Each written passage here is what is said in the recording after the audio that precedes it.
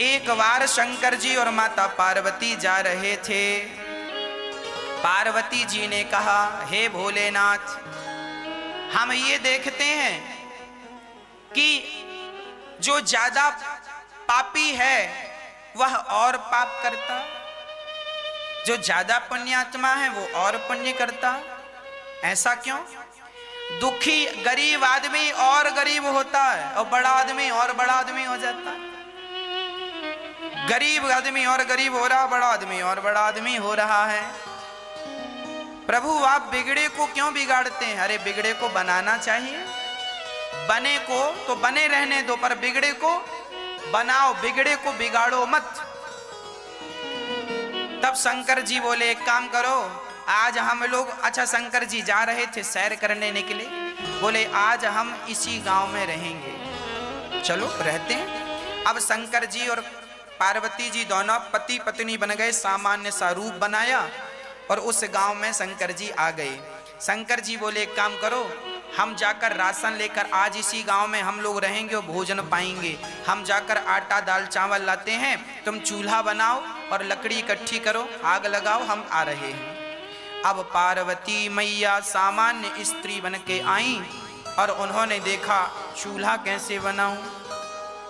तो एक पुराना सा खंडहर घर था, वो घर बिल्कुल टूट रहा था, ईंट निकल रही थी। तो माता पार्वती गई, उसी घर की ईंट ले आई, ईंट लाकर बढ़िया चूल्हा बनाया और उसी घर के खप्पर की थोड़ी सी लकड़ियां ले आई, तैयार चूल्हा। अब शंकर जी आए, शंकर जी ने देखा कि जो घर अभी जर्जर था, पार्वती आपने ईंट कहां से लाई? बोले ये घर बहुत जर्जर था, टूटा सा था, हम इसी घर की ईंट निकाल लाई। शंकर जी ने कहा ये बाजू में बढ़िया कोठी बनी है, बढ़िया बिल्डिंग बनी है, मजबूत घर बना है, इसकी ईंट निकालना चाहिए था ना आपको, ये बढ़िया था। वो बेचारा बिगड़ा था, आपने और बिगाड़ दिया। और आपने अच्छे, तुम्हारे प्रश्न का, चलो रोटी वोटी नहीं बनाना, चलो कैलाश चले गए। बोले यही तुम्हारे प्रश्न का उत्तर था, तुमने भी तो बिगड़े को ही बिगाड़ा है ना, बने को तो नहीं बिगाड़ा। याद रखना, बने को कोई नहीं बिगाड़ता। अच्छा खासा घर हो, अच्छी जगह हो तो आप वहां थूकेंगे नहीं, पर किसी कोने में पहले से कचरा पड़ा होगा तो आप वहां कचरा डाल देंगे। जो बिगड़ा होता है ना उसी को बिगाड़ा जाता, सुधरे को नहीं बिगाड़ा जाता। ये प्राकृतिक है, सबके साथ है। बात समझ में आ रही है कि और डीपली समझाऊं? बिगड़े को ही बिगाड़ा, इसीलिए कहा करता हूं आप अपने आप को बिगड़ने ना दीजिएगा। यदि आप पति पत्नी, बिगड़ता चला जाएगा। एक बार तुम पति पत्नी में झगड़ा हुआ ना तो फिर भड़काने वाले लाख मिल जाएंगे। अरे तुम्हारा तो पति ऐसा ही है, झगड़ा करता रहता।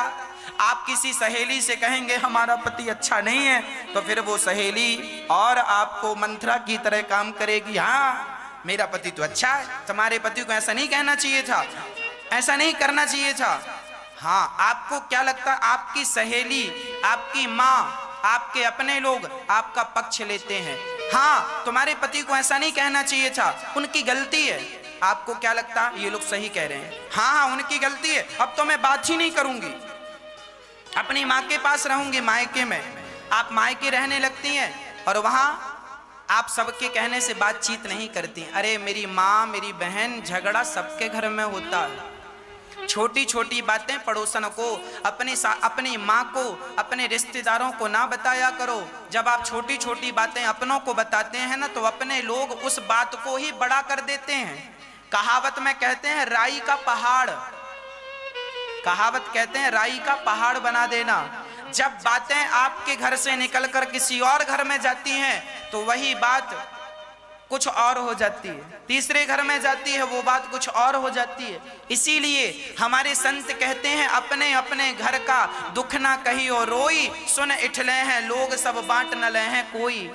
आप अपने घर का दुख किसी को ना सुनाओ, सब इठलाते हैं। आपकी हंसी आपके मुंह पे तो रोएंगे और आपके जाने के बाद हंसेंगे, इनके घर में लग गई आग, आग लग गई, उनका क्या बिगड़ना है साहब, बिगड़ेगा तुम्हारा। तुम्हें लगता है कि हम अपनी सास का दुख रोवाएं पड़ोसन के घर? आज हमारे भारत में यही चल रहा है। थोड़ा सा घर में झगड़ा हुआ तो पड़ोसन के घर जाके बहुएं रो लेती हैं, सास रो लेती है, मेरी बहू बहुत बुरी है, मेरी सास बहुत बुरी है। और रो करके तुम्हें आना कहाँ? पड़ोसन तो तुम्हें खाना देगी नहीं। कितने दिन रहोगी पड़ोसन के घर में?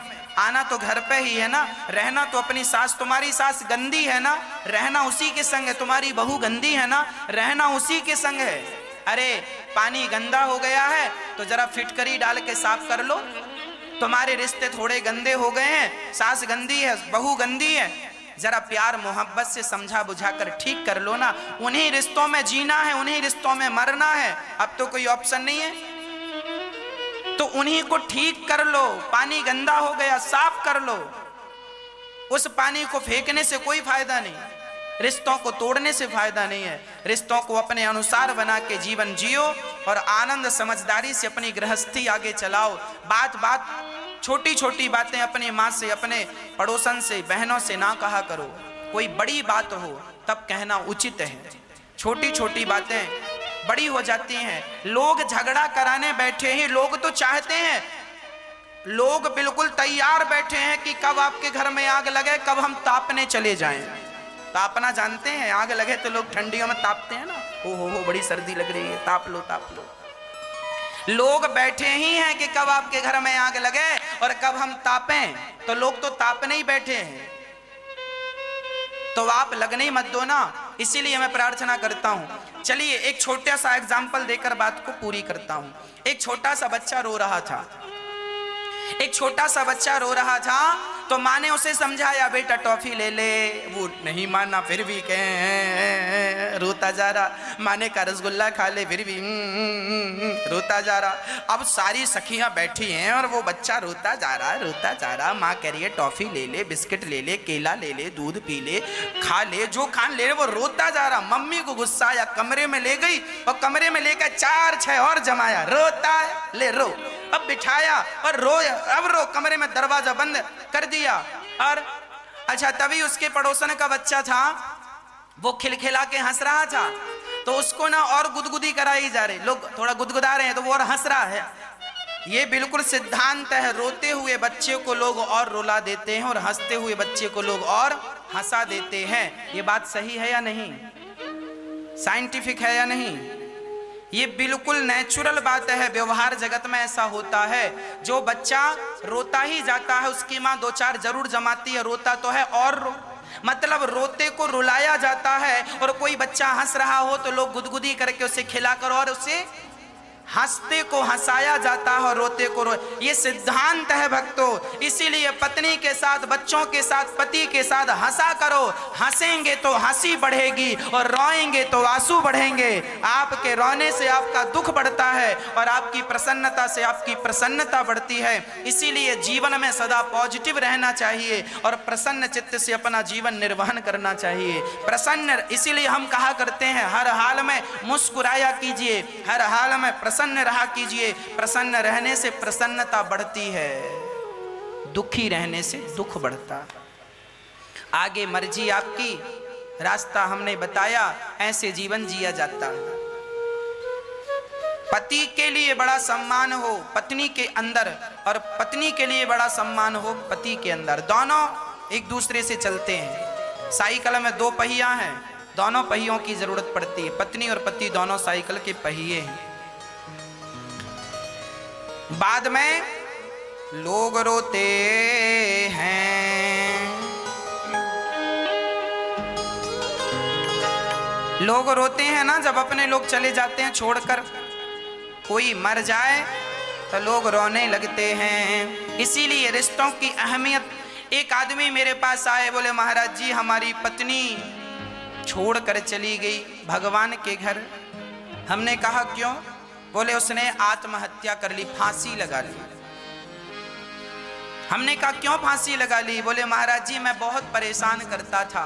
मैंने कहा अब मर गई ना, अब तुम्हें समझ में आ रहा है ना कि परेशान करता था। उसके जीते जी तुम्हें समझ में आ गया होता कि तुम उसे परेशान कर रहे हो, और एक बार सॉरी कह करके जरा उसकी होठों पे मुस्कान भर देते तो तुम्हारी मुस्कान के बल पर वो जिंदा रह जाती। अब मर गई। अब जब मर गई तो पता चल रहा है कि पत्नी की कितनी अहमियत थी जीवन में। जो वस्तु साथ में होती है ना, उसकी कीमत जरा कम होती है। इसीलिए कहा करता हूं, रिश्तों को पहचानो, रिश्तों की कीमत, रिश्तों की कद्र किया करो। रिश्ते आज हैं, कल नहीं रहेंगे। उनके लिए जब आज मैं हूं, कल नहीं रहूंगा, तो मेरी केवल यादें रह जाएंगी, आपकी सिर्फ यादें रह जाएंगी। इसीलिए व्यक्ति की कद्र किया करो, सम्मान किया करो, माँ की सेवा किया करो, पिता का सम्मान किया करो। आज हैं, पता नहीं कब तक हैं वो, कब तक हैं, कब तक रहेंगे, राम जाने। भक्तों स्वर्गा से आयो है संदेश, बुलावो आग्यो राम को। भक्तों स्वर्गा से आयो है संदेश, बुलावो आग्यो राम को। भक्तों स्वर्गा से आयो है संदेश, बुलावो आग्यो राम को। बुलावो आग्यो राम को। बुलावो आग्यो राम को। हाँ बुलावो आग्यो राम को। बुलावो आग्यो राम को। भक्तों स्वर्गा से आयो है संदेश, बुलावो आग्यो राम को। भक्तों स्वर्गा से आयो है संदेश, बुलाओ आग्यो राम को। पता नहीं कब बुलावा आ जाए, बुलावा आएगा, जाना पड़ेगा। एक पिताजी का बुलावा आ गया। जब वो जाने लगे तो यमराज जी से कहते हैं, यमराज जी बस 1 मिनट की हमें मोहलत दो। देखो जब आदमी के पास समय पूरा हो जाता है ना, तो 1 मिनट की कीमत क्या है। जब प्राण निकलने की स्थिति होगी तब पता चलेगा 1 मिनट की कीमत क्या होती है। हाँ 1 मिनट की मोहलत दे दो, करो बेटा से बात। 1 मिनट की मोहलत दे दो, कर बेटा से बात। एक पिता जब मरने लगे तो यमराज जी से कहा, यमराज जी रुकिए, हम अपने बच्चों से कुछ कहना चाहते हैं। यमराज जी ने कहा क्या कहना चाहते हैं? बोले वही कहेंगे जो आज तक नहीं कह पाए। क्या कहना चाह रहे हैं? भाई भाई प्रेम से रहना। एक बाप कहता है अपने बेटों से, तुम भाई भाई दोनों बच्चे प्यार से रहना, झगड़ा ना करना। तुम प्यार से रहोगे तो मैं वहाँ जहाँ भी जा रहा हूँ वहाँ से तुम्हें देखूंगा तो मुझे बहुत अच्छा लगेगा कि तुम प्यार से रह रहे हो। और झगड़ा करोगे तो मेरा दिल बहुत दुखेगा। हाँ मैं वहाँ जाऊंगा तो वहाँ भी मुझे लोग ताने मारेंगे, देखो तुमने अपने बच्चों को कोई संस्कार नहीं दिया, देखो आपस में झगड़ा कर रहे हैं। भाई भाई आज हमारे भारत में अदालतों में सबसे ज्यादा केस भाई भाइयों के हैं। अदालतों में जो फाइलें हैं लंबी लंबी, वो ज्यादा फाइलें भाइयों के विवादों की हैं। इस भाई का विवाद, उस भाई का विवाद चल रहा, भाई भाई झगड़ा, भाई भाई जान के दुश्मन। एक जगह मैंने सुना एक भाई ने दूसरे भाई को गोली मार दी। एक भाई ने दूसरे भाई को गोली मार दी, लो भाई मर गया। इसलिए कहा करता हूं ये विवाद ना हो। ये विवाद कब नहीं होंगे? जब आपके अंदर भरपूर संस्कार होंगे। इसीलिए बच्चों को प्रॉपर्टी देने के पहले संस्कार देना सीखिए। आज भाई भाई रामचरितमानस पढ़ें तो भारत जैसे भाई का भी प्रसंग मिलेगा। एक वो भाई थे जो अयोध्या का सिंहासन छोड़कर अपने भाई के लिए वनवास आए, और आज का भाई है जो भाई की कॉलर पकड़ता है, वो बंदूक चलाता है। इसीलिए आज भाइयों को सबसे ज्यादा संस्कार की और सत्संग की जरूरत है। भाई भाई प्रेम से रहना, भाई भाई प्रेम से रहना, जाना है सबको उसके पास, बुलावो आगे राम को। बंसी सुनाई पड़ी तो कहीं के कपड़े कहीं पहनकर और चल पड़ी कृष्ण से। मतलब जितनी गोपियां भगवान की ओर बढ़ी ना, वो अपने आप को भूल गई। और आपको बता दूं, भगवान की प्राप्ति तब तक नहीं होगी जब तक हम अपने आप को भूल नहीं जाते। जब तक मुझे मेरा पता था तब तक मुझे उसका पता नहीं था, और जिस दिन उसका पता चला तो मुझे मेरा पता ही नहीं। अभी आपको पता है कि आप कौन हैं।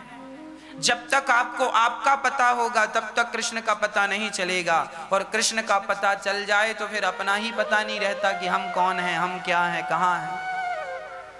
एक बार कृष्ण का पता चल जाए तो हमारा क्या बताएं, प्रेम गली अति साकरी जामे दो न समाए। जब मैं था तब हरि नहीं, अब हरि है तो मैं ना आए। मैं ना आए मतलब मैं नहीं हूं। जब मैं था तो हरि नहीं थे, अब हरि है तो मेरा पता नहीं है। जब मैं था तब हरि नहीं, अब हरि है मैं ना आए। प्रेम गली अति साकरी जामे दो न समाए। ये प्रेम की गली इतनी सकरी है, दो लोग तो जा ही नहीं सकते। या तो आप जाएंगे या तो आपका अहंकार जाएगा, दो लोग नहीं। इसीलिए कहता हूं, आप अपना अहंकार मिटाइए, अपने आप को शून्य कर दीजिए। गोस्वामी तुलसीदास जी लिख रहे हैं कि राम नाम एक अंक है, बाकी साधन सून। राम रहे 10 गुण है, राम बिना सब सून। कर ले आता राम को भी और सीता को भी। अब बेटा मैं जा रही हूं, पर तुम दोनों बहुएं बहन की तरह प्यार से रहना, आपस में झगड़ा मत करना। आज देवरानी जिठानी बहुत सारी तो बड़े प्रेम से रहती हैं। धन्य है वो देवरानी जिठानी जो एक घर में बड़े प्यार से बहन की तरह रहती हैं। पर दुर्भाग्य ये है कि आज बहुत सारी देवरानी जिठानी झगड़ा बहुत करती हैं, और इनका झगड़ा हो जाए तो फिर इनका झगड़ा लाख कोशिश के बाद भी इनकी सुलह नहीं होती। सुलह हो भी जाए तो अंदर एक गांठ बैठी ही रहती है। रही मन धागा प्रेम का, मत तोड़ो चटकाए। टूटे से फिर ना जुड़े सो गांठ पड़ जाए। ये देवरानी जिठानी का झगड़ा। अच्छा, इन स्त्रियों के झगड़े में बेचारा पुरुष तो वैसे ही पिसता है जैसे गेहूं के साथ घुन पिस रहा हो। इसीलिए मैं हर स्त्री से, हर बहन से, हर माँ से प्रार्थना करूंगा, आप लोग चाहो तो कभी झगड़ा ना हो, प्यार से रह लो। जिठानी ने कुछ कह दिया, चलो कह दिया। आपने देवरानी ने कभी कुछ कह दिया, कोई बात नहीं, भूल जाओ। सब कह देते हैं, बातें सबसे हो जाती हैं। हम भी कई बार वह शब्द निकाल देते हैं जो नहीं निकालना चाहिए, गलती से निकल जाता। हम बोलना कुछ चाहते हैं और निकल कुछ जाता है। होता है कई बार जिठानी के कहने का अर्थ कुछ और होता है और वो कह कुछ और देती है, और आप वही बात लेके बैठ जाते हैं कि उसने ऐसा कह दिया। हो सकता है उसने धोखे से कहा हो। देवरानी का उद्देश्य ये नहीं था जो तुमने समझ लिया।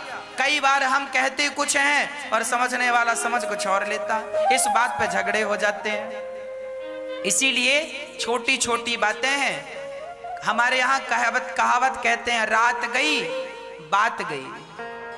गई बात, अब क्या उस चक्कर में कल की बातें आज याद करने से क्या फायदा, भूल जाओ। गले मिलके रहो, प्यार से रहो।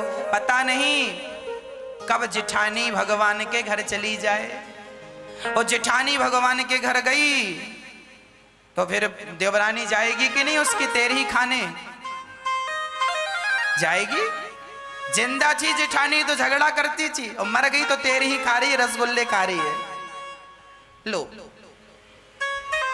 और देवरानी से झगड़ा जिठानी खाओ, देवरानी मर गई तो जिठानी जाती है, अब क्यों आई हो शकल दिखाने? रसगुल्ले खाने आई हो, खाओ। जिंदा थी जिठानी देवरानी तब शकल दिखाई नहीं, प्यार से बातें की नहीं, और उसके मरने पर उसके नाम के रसगुल्ले खा रहे हो। तुम्हें पचेगा वो रसगुल्ला? भगवान भी ऐसों को माफ नहीं करते। ऐसों को अलग भगवान ने एक नरक बना रखा है, इन्हें अलग से सजा मिलती है। जिंदा था व्यक्ति तब तक प्यार की तुमसे दो बातें नहीं निकली ना, अगले जन्म में गूंगा बना के भेजेगा भगवान। एक एक शब्द बोलने को तरस जाओगे। अरे वाणी है, अच्छे से बोल लो, प्यार मोहब्बत से। क्या रखा है, कल मर जाएंगे, कल तुम्हारा मुंह बंद हो जाएगा। लकवा मार जाता है, जबान बंद हो जाती है, फिर ना तुम अच्छा बोल पाओगे ना बुरा बोल पाओगे। अभी अच्छा अच्छा बोल लो, कल को जबान बंद हो गई तो कुछ बोल ना पाओगे। ये झगड़े बहुत ज्यादा खींचना नहीं चाहिए। चलो कल बात हुई, आज प्यार से रहो, समझदारी यही है। और तुम मूर्ख हो तो फिर करते रहो झगड़ा, कोई फायदा नहीं इन झगड़ों में रहने से, झगड़ों की जिंदगी जीने से। जिंदगी भार बन जाती है ऐसे में। बुलावा आ गया, कभी भी आ जाएगा, इसीलिए बहुत प्रेम से रहना सीख लो। गोपियों ने भगवान को कहा कि प्रभु आप ही हमारे पति हैं। एक पत्नी का पति परदेश चला गया, पत्नी ने कहा मैं कैसे रहूंगी? कहा कि ये मेरी फोटो ले लो। पत्नी फोटो की पूजा कर रही थी, तभी कुछ दिन बाद पति लौटकर आया। तो गोपियों ने भगवान से कहा प्रभु ये बताओ उस स्त्री को क्या करना चाहिए, पति के फोटो की पूजा करती रहे या साक्षात पति से मिले? तब कहा भगवान ने कि जब साक्षात पति दरवाजे पर खड़ा हो तो फोटो की पूजा क्यों? तब गोपियों ने कहा श्याम सुंदर हमारे साक्षात पति तो आप हैं, ये तो मात्र फोटो है। हमारे पति ये फोटो है, साक्षात पति आप हैं। गोपियों के इस भाव को देखकर भगवान गोपियों पर बड़े प्रसन्न हुए, क्योंकि गोपियों ने भगवान के चरणों में समर्पण कर दिया। तब भगवान गोपियों के संग रास रचाने लगे। गोपियों के पास जाकर कभी गोपियों के कंधे पर हाथ रखते हैं, तो कभी गोपियों को टुकुर टुकुर देखते हैं, तो कभी गोपियों की पायल गिर जाती है तो अपने हाथ से पहनाते हैं। कभी भगवान गोपी के कंधे पर अपना सिर रख लेते हैं और कभी गोपियों से मीठी मीठी बातें करने लगते हैं। भगवान गोपियों के संग जब रास रचाने लगे तभी गोपियों को अहंकार आ गया, भगवान गोपियों के पीछे पीछे भागने लगे। तब गोपियों को लगा देखो हम कितनी सुंदर हैं कि कृष्ण हमारे पीछे भाग रहे हैं। देखिए जब गोपियां शून्य हुई तो भगवान तक पहुंची, अर्थात सबसे शून्य हो गई अहंकार से। पर जरा सा अहंकार आया, भगवान को लगा कि गोपियों को तो अहंकार आ गया। तब भगवान गोपियों को छोड़कर अंतर्धान हो गए। भगवान श्री राधा रानी को लेकर अंतर्धान हुए और जैसे ही गए सारी गोपियां तड़पने लगी। हे कृष्ण हे मनमोहन, हे प्राण प्यारे, हे नंद नंदन कहाँ हो? सारी गोपियां वैसे ही तड़पने लगी जैसे एक मछली पानी के लिए तड़पती है। सारी गोपियां हा कृष्ण कहकर धड़ाम से गिरने लगी। रोती रोती आगे चली, आगे तुलसी का वृक्ष मिला, पौधा मिला। तुलसी से कहा अरे तुलसी क्या तुमने हमारे श्याम सुंदर को देखा है? यहाँ से जाते हुए देखो हम कितनी व्याकुल हो रही हैं, क्या तुम हमारा दुख समझ रही हो? तो एक सखी ने कहा, तुलसी से क्या कहती हो, ये थोड़ी हमारा सुख दुख जानेगी, ये तो 24 घंटे सालिग्राम भगवान के ऊपर, ठाकुर के ऊपर चढ़ी रहती है, इसे हमारे दुख और दर्द से क्या लेना। तभी पीपल से पूछा, ऐ पीपल, क्या तुमने हमारे कृष्ण को देखा है? तुम्हारे तो हर पत्ते में कृष्ण का वास है, जरा बताओ क्या हमारे प्रियतम को तुमने देखा है? एक सखी ने कहा, इससे क्या पड़ी है हमारे दुख की। तो एक सखी आगे चली और कभी झाड़ियों से, लता पता से पूछ रही है, मेरे कृष्ण कहाँ गए, मेरे कृष्ण कहाँ गए। भक्तों, ये स्थिति जब भक्तों की, आपकी और मेरी हो जाए कि हम लता पता से भी पूछने लगे कि मेरे कृष्ण कहाँ मिलेंगे, मेरे कृष्ण कहाँ मिलेंगे, ये स्थितियां तब उत्पन्न होती हैं। अब कोई झाड़ी से, कोई वृक्षों से कब पूछेगा? जब वो बहुत व्याकुल होगा मिलने के लिए। और जब तक जीवात्मा मिलने के लिए भगवान से उत्सुक नहीं होता, व्याकुल नहीं होता, लालसा नहीं जागती, तब तक भगवत प्राप्ति नहीं होती। तभी श्री राधा रानी ने विचार किया कि गोपियों के इतने से अहंकार के कारण श्री कृष्ण ने उन्हें छोड़ दिया। तब राधा रानी ने, कुछ लोग कहते हैं राधा रानी को भी लगा, उन्हें भी अहंकार आ गया ना, मैं ये नहीं कह सकता। मैं ये कहूंगा कि श्री राधा रानी ने, देखो राधा महालक्ष्मी है, हम सबकी जीव मात्र की माँ है, और माँ तो अपने बच्चों का दुख नहीं देख सकती। ये जो रो रही हैं गोपियां ना, ये गोपियां भी तो राधा रानी की बच्ची हैं, क्योंकि राधा रानी सबकी माँ है, सबकी माँ है। तो मानो राधा रानी ने भगवान से कहा, प्रभु आप जरा रुक जाइए, हम थक गई हैं। मानो राधा रानी का यह इशारा था कि हम यहीं रुक जाएं तो गोपियां ढूंढती ढूंढती आप तक आ जाएं और फिर आपकी प्राप्ति हो जाए। श्री राधा रानी तो केवल भक्तों को भगवान से मिलाना चाहती हैं, जीव को परमात्मा से जोड़ना चाहती हैं। राधा रानी जब वहां पर बैठी, श्री कृष्ण ने कहा कि आओ मेरे कंधे पर बैठ जाओ। तब राधा रानी कंधे पर बैठने लगी तो श्याम सुंदर राधा रानी को भी छोड़कर अंतर्धान हो गए, और उसी क्षण कृष्ण के विरह में राधा रानी मूर्छित होकर गिर पड़ी।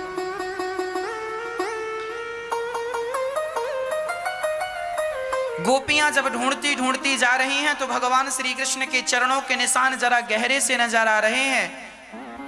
तब गोपियों ने कहा, लगता है कृष्ण ने अपनी पत्नी को अपने कंधे पर बिठा रखा है। तब तो इतने वजन हो गया तो पांव गहरे हो गए। राधा रानी श्री कृष्ण की पत्नी हैं, ये बात भागवत जी में कहां लिखी है? 30वां अध्याय 10वां स्कंध 30वां अध्याय और 32वां श्लोक। इमान्य दिक्मग्नानि पदानि वह तो बधूम। यहां पर बधू शब्द का प्रयोग किया है श्री व्यास जी ने, श्री सुखदेव भगवान ने। किस शब्द का प्रयोग हुआ है? बधू। और बधू किसे कहा जाता है? वर की वधू होती है, मतलब पत्नी को वधू कहा जाता है। ये आपकी वधू है, मतलब पत्नी है। वधू शब्द पत्नी के लिए ही उपयोग किया जाता और किसी के लिए नहीं। तो यहां पर है बधूम। वधू शब्द का यही उपयोग इसीलिए किया गया यहां पर, ताकि सुखदेव भगवान हम जैसे तुच्छ प्राणियों को यह समझा सकें कि राधा रानी कोई और नहीं।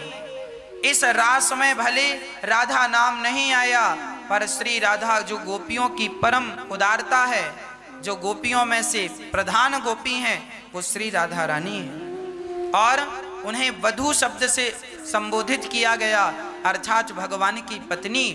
भगवान श्री कृष्ण जब राधा रानी को छोड़कर गए तो गोपियां आईं और श्री राधा रानी के पास आकर उन्हें मूर्छित देख करके गोपियों का अपना दुख भूल गया, और राधा रानी के दुख को देख देख करके वो दुखी होने लगी और रोने लगी।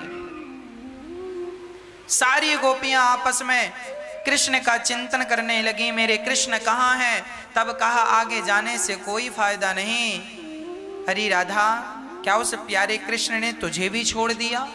अरे हम तो उसका वियोग सहन कर भी लेते, पर तुम्हारी हालत तो हमसे देखी नहीं जाती, एक क्षण का भी वियोग बर्दाश्त नहीं कर पाती श्री राधा रानी, एक क्षण का। गोपियां जब पलकें झपकती हैं ना तो गोपियां अपने निमिष को डांटती हैं, आंखों की पलकों को, ऐ पलक ये तुम क्यों झपकती हो, तुम्हारी झपकने के कारण कृष्ण के दर्शन में बाधा उत्पन्न हो जाती है, तुम ना झपकती तो हम आपलक दृष्टि से कृष्ण को निहारते रहते। इतना प्रेम भला और कहां होगा, किसका प्रेम होगा, जरा ये तो बताओ भक्तों।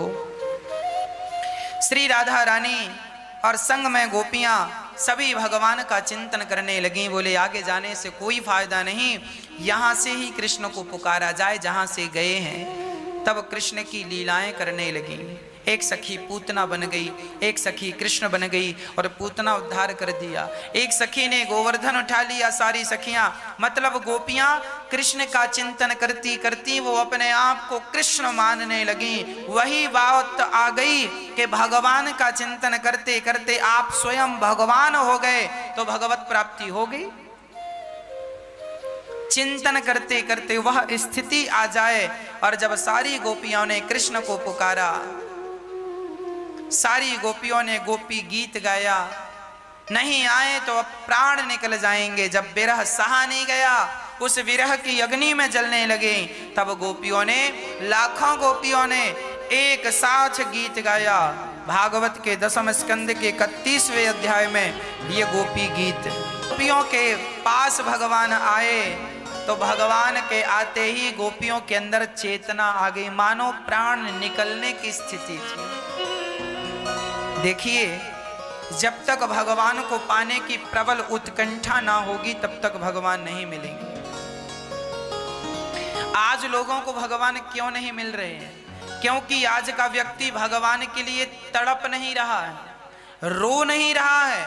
आज का व्यक्ति पैसे के लिए रो रहा है, परिवार के लिए रो रहा है। जो भगवान के लिए रोता है उन्हें भगवान मिलते हैं।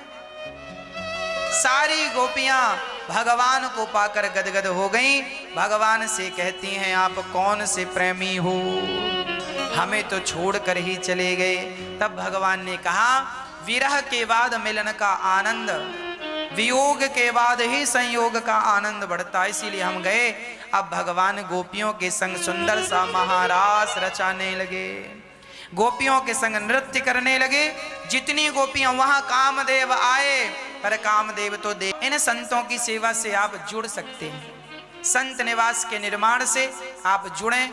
और यहाँ अन्य क्षेत्र में जो प्रसादी बंटता है, बच्चों के नाम से, अपने बुजुर्गों के नाम से, अपने माता पिता के नाम से, एक दिन का भंडारा आप भी करा सकते हैं। एक दिन की प्रसादी आपकी तरफ से इन संतों के पेट तक पहुंचे। ये संत भोग लगाएं, अपने ठाकुर जी को भोग लगाकर ये जब भोग लगाते हैं तो हमारा जो कमाया हुआ धन जब इस अन्न सेवा से जुड़ता है, पवित्र हो जाता है। शरीर को साफ करना हो ना, तो हमें शरीर की शुद्धि के लिए साबुन इत्यादि का आप प्रयोग करते हैं। कोई मिट्टी से साफ करता है, कोई गोबर लगा लेता है गौ माता का और उससे शरीर को साफ कर लेता है। शरीर को साफ करना हो तो मिट्टी, गोबर और साबुन, 3 ऑप्शन है।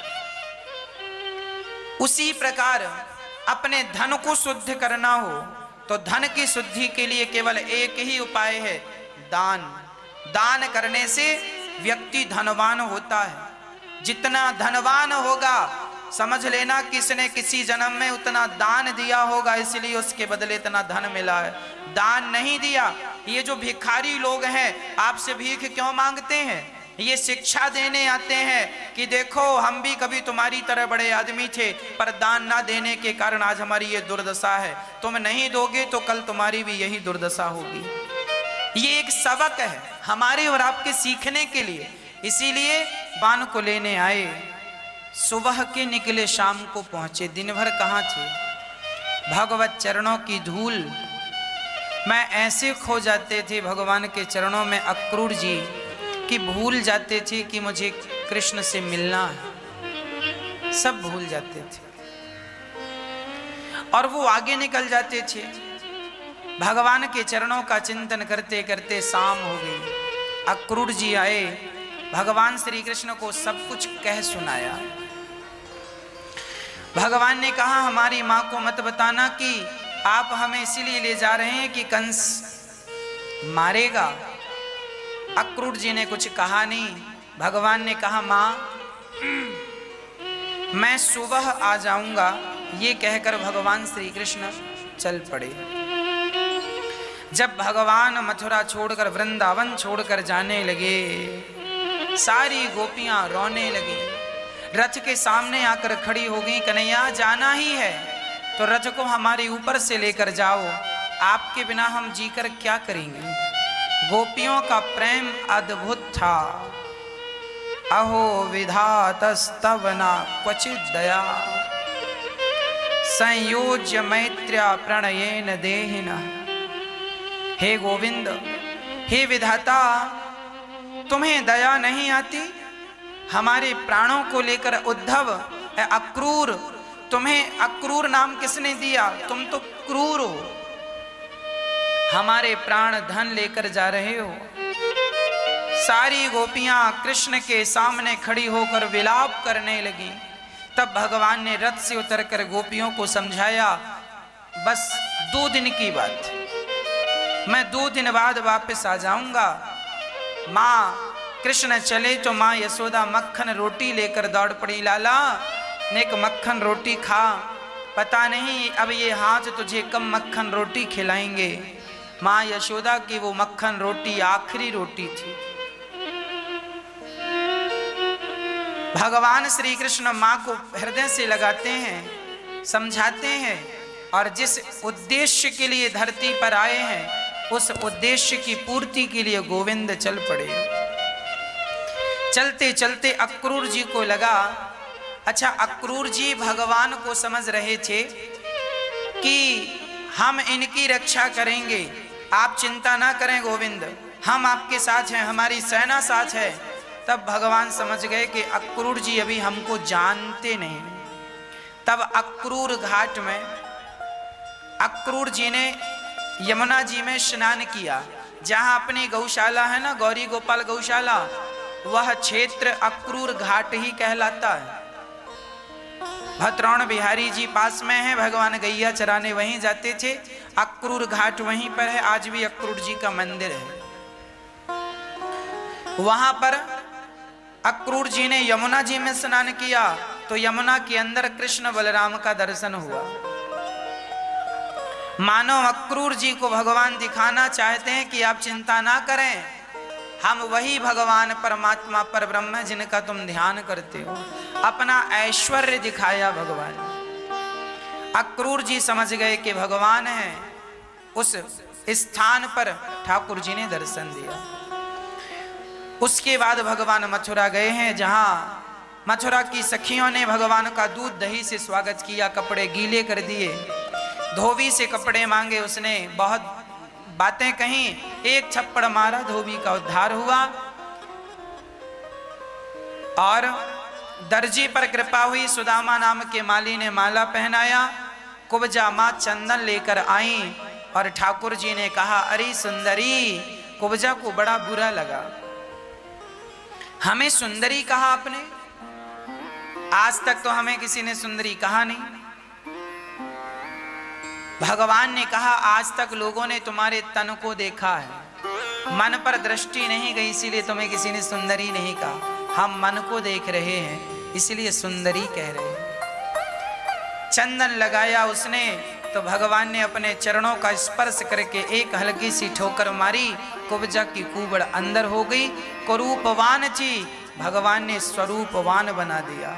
भगवान को जो चंदन नित्य लगाता है ना, उसका स्वरूप सुंदर हो जाता है। इसीलिए चंदन सेवा करना चाहिए। भगवान ने कंस के धनुष को भंग किया। धनुष मतलब अहंकार को भंग किया, धनुष तोड़ा भगवान ने। और कुबलयापीड़ नाम के हाथी का उद्धार किया भगवान ने। हाथी की सूंड उठाकर, जो पटकी उठाकर भगवान ने हवा में घुमाया, धड़ाम से पटक दिया। अब सोचिए, कोई सामान्य व्यक्ति क्या हाथी को उठा सकता, पर भगवान ने यूं हवा में उठाकर धड़ाम से पटका। दांत तोड़ लिए, एक दांत बलराम जी, एक दांत कृष्ण। और लेकर चले। कंस की सेना का उद्धार करते हुए चाणूर और मुष्टिक से भेंट हुई। चाणूर और मुष्टिक को, एक को कन्हैया ने और एक को बलराम जी ने मार गिराया। चाणूर मुष्टिक का गोविंदाय नमो नमः। उसके बाद भगवान ने कंस की सभा में जाकर कंस के केस पकड़े, कंस को उठाकर पटका। कंस बोला कन्हैया छोड़ दो। भगवान ने कहा भर गया है पाप घट पापी के अत्याचार से, और तुझ जैसे पापी का उद्धार होगा मेरे कृष्ण अवतार से। भगवान ने उठाकर कहा तूने मेरी माँ पर, पिता पर, प्रजा पर बहुत अत्याचार किया है, क्षम्य योग्य नहीं है, तेरे अपराध क्षमा के योग्य नहीं। उठाकर पटक दिया और जो भगवान कूदे, कंस का गोविंदाय नमो नमः, कंस का उद्धार हो गया। कंस के भाइयों को मारा। कंस की पत्नी आकर रोने लगी। अस्थि प्राप्ति उन्हें समझाया गया। भगवान कृष्ण ने कंस के पिता उग्रसेन को निकालकर राज तिलक किया। जेल में बंद किया था अपने पिता को कंस। भगवान ने उनके पिता को मुक्त किया और मथुरा का राजा उग्रसेन को बनाया। अपनी माता देवकी और वसुदेव पिता से भगवान मिलते हैं। हाथ की हथकड़ियां काटी गईं, पांव की बेड़ियां काटी गईं। भगवान, अब सोचो माता देवकी का त्याग भी कितना बड़ा त्याग था कि कृष्ण जैसा बेटा पाकर भी वो ये नहीं कह सकती थी कि ये मेरा बेटा। भगवान पढ़ने के लिए गुरु जी ने मंत्र दिया, गुरु मंत्र गर्गाचार्य जी ने, और पढ़ने के लिए भगवान उज्जैन गए। भगवान यज्ञोपवीत संस्कार गर्गाचार्य जी ने कराया। उज्जैन पढ़ने गए। 64 दिन में 64 विद्याएं सीख कर आए और गुरु दक्षिणा में उनके मरे हुए पुत्र को जीवित करके भगवान ने लौट